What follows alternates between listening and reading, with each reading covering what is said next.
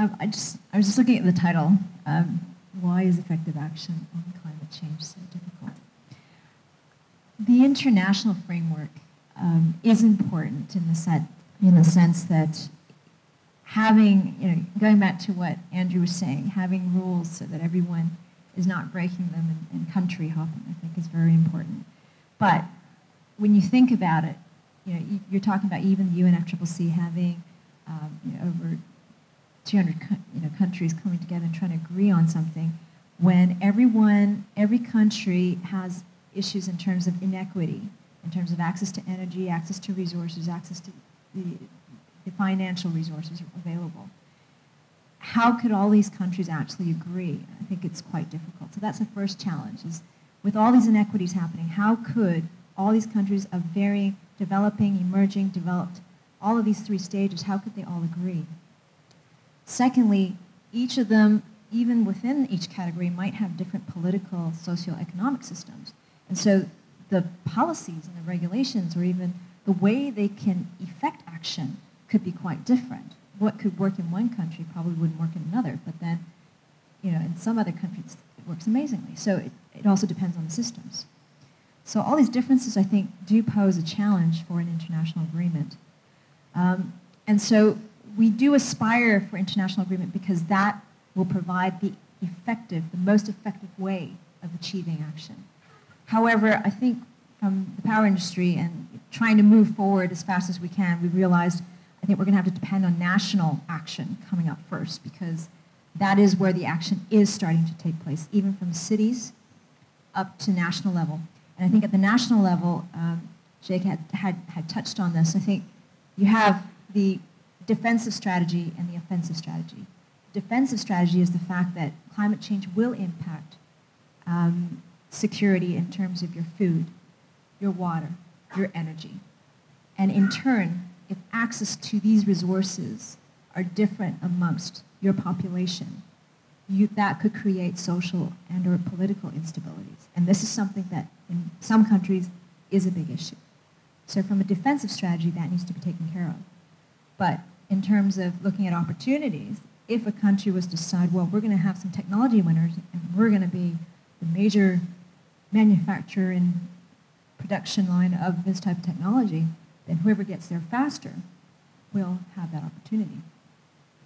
And so we believe, obviously, and we can already see this, nations will act much quicker than the international sort of everyone going together. But I think both are needed.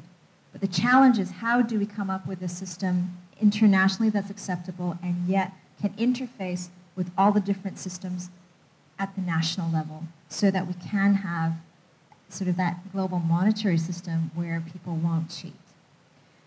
From an energy perspective, which is what I've been asked to talk about, the technologies, I think most of you are probably familiar with. I think our company has been talking about this for a while. I think demand-side management is a huge wedge. If you look at sort of the IEA wedges in terms of what is possible, demand side is definitely one big wedge.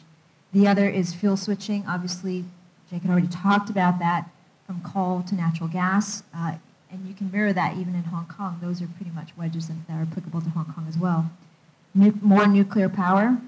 I don't think you had talked about that one, but nuclear.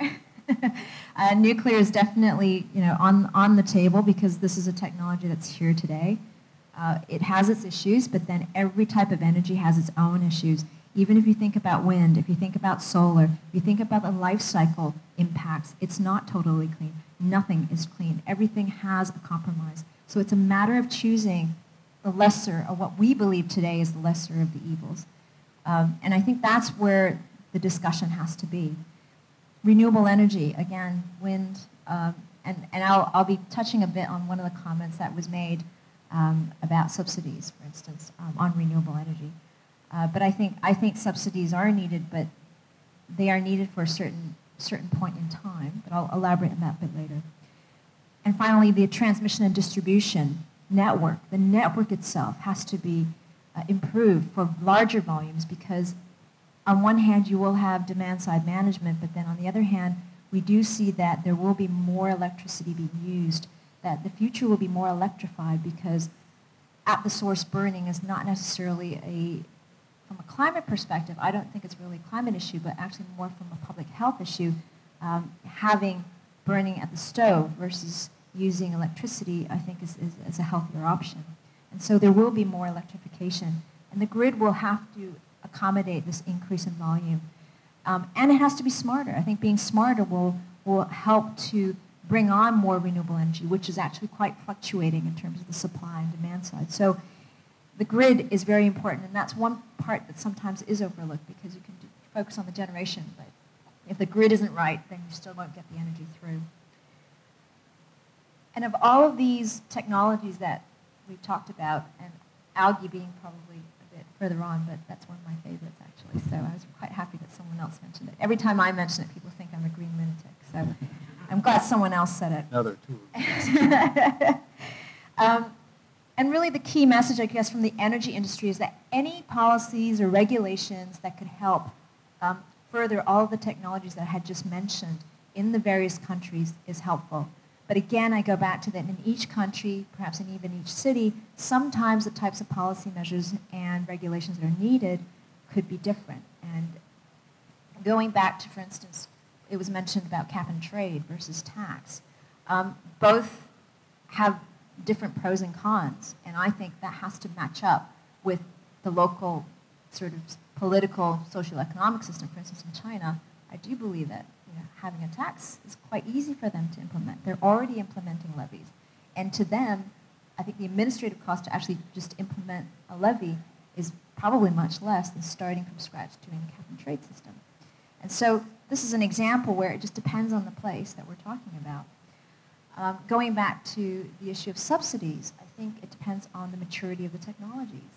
I know that you've mentioned right now, you haven't seen it, but I think wind will, within 5 years, get to the point where it shouldn't need any subsidies. And therefore, that's an example. I believe that subsidies would be good for the technologies which are pretty much demonstration phase, ready for deployment, but they're just missing that little bit of a hurdle. And perhaps that does go back to that carbon price that is needed, because a carbon price is definitely needed.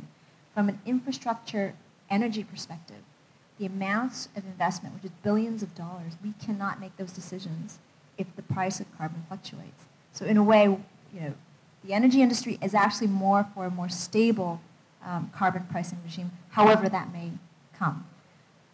But basically, we do believe that technologies at different phases will need different types of help, and that subsidies can play a role depending on the stage of development.